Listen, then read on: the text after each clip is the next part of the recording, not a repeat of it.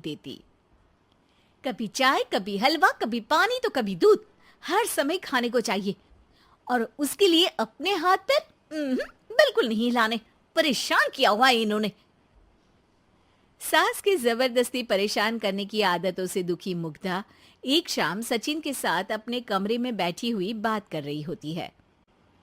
सुनो जी, मम्मी जी की ये जानबूझकर मुझे परेशान करने की फरमाइशों से मैं बहुत फ्रस्ट्रेट हो चुकी हूँ। पूरे दिन में एक सेकंड का आराम नहीं मिलता। रसोई से बाहर कदम रखती नहीं कि बहू ये बना दे, बहुरी वो बना दे। अरे इनकी फरमाइशें चलती ही रहती है। अरे मुग्धा, माँ खाने की शौकीन है पर उम्र हो चली है, खुद खाना नहीं बना सकती इसलिए तुमसे बोलती है। अरे तो शौक भी उम्र देख कर रखने चाहिए ना।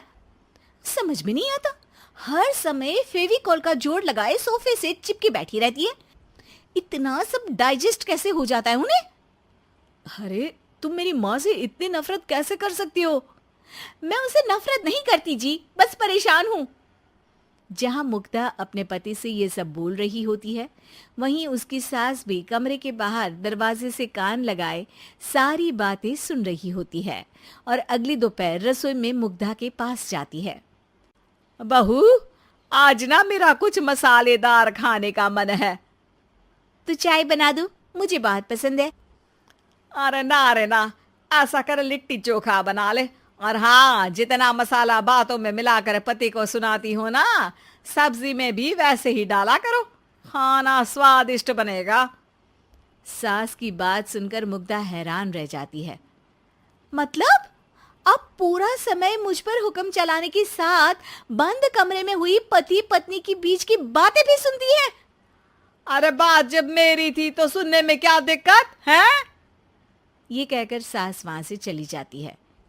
अरे अब तो हद पार हो गई। इस तरह से तो ये मेरा जीना मुश्किल कर देंगी। मुग्धा सास की हरकतों से परेशान उसका हल सोचने लगती है और इसी तरह कुछ दिन बीत जाते हैं जिसमें सास का जन्मदिन आता है। मुग्धा बहुत खुशी के साथ अपनी सास को एंड्रॉइड मोबाइल गिफ्ट करती है। मम्मी, आपको सबसे बात करने के लिए बहुत दिक्कत होती है ना? कभी सचिन तो कभी मुझे बोलना पड़ता है, पर इस मोबाइल से आपको कोई दिक्कत नहीं होगी। एक जगह बैठे बैठे बहुत कुछ कर सकती हैं अब आप। मोबाइल देख सासू माँ खुश हो जाती है, पर उसे इस्तेमाल करना तो आता नहीं, इसलिए साइड में रख देती है। जिसे देख मुग्धा घर का सारा काम छोड़ मोबाइल सेट कर सास को इस्तेमाल करना सिखाने लगती है, जिसके बाद अब सास पूरा समय मोबाइल में ही लगी रहती है। हाय, जब से मम्मी को मोबाइल मिला है मेरी लाइफ में कितनी शांति आई है। अच्छा है, इसी तरह बिजी रहे तो मैं भी सुकून की जिंदगी जी पाऊंगी। अब मुग्धा जब मन करे काम करना, जैसा चाहे वैसा खाना बनाकर खाना, पूरा समय रिलैक्स और खुश रहने लगती है। क्या बात है, आजकल तुम बहुत चहक रही हो। अरे मम्मी जी से छुटकारा जो मिला है, अब ना फरमाइशें ना छुप छुप कर बातें सुनना।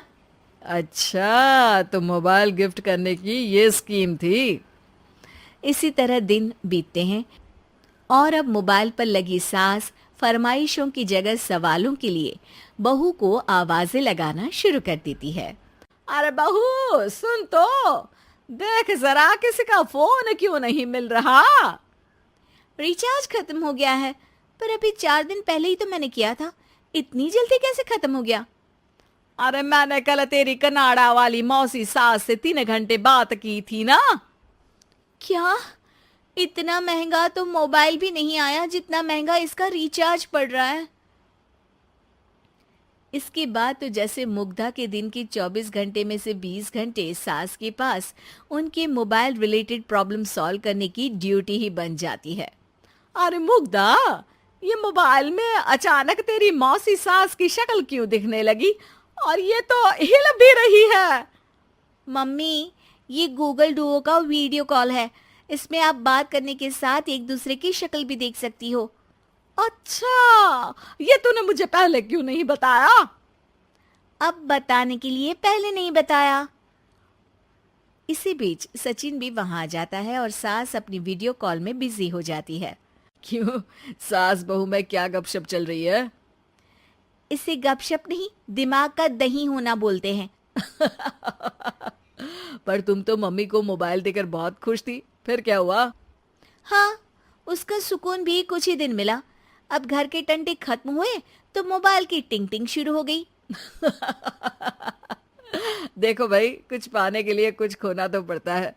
आखिर तुमने मोबाइल अपने फायदे के लिए ही तो दिया है, तो फिर सवालों के जवाब भी देने पड़ेंगे, क्योंकि जब तक उनके हाथ में ये फुंथरू रहेगा, तुम्हारी लाइफ में प्राइवेसी और सुकून रहेंगे। हम्म, कहने का मतलब है अगर इससे प्यार बढ़े तो दाग अच्छे हैं। अरे मुझे पहले दिन से ही पता है मोबाइल किस मकसद से दिया गया है। भूलो मत, इससे पहले मैं बातें ही सुनती थी। सास की ये बात सुनकर मुग्धा शॉक में और सचिन हंसता रह जाता है।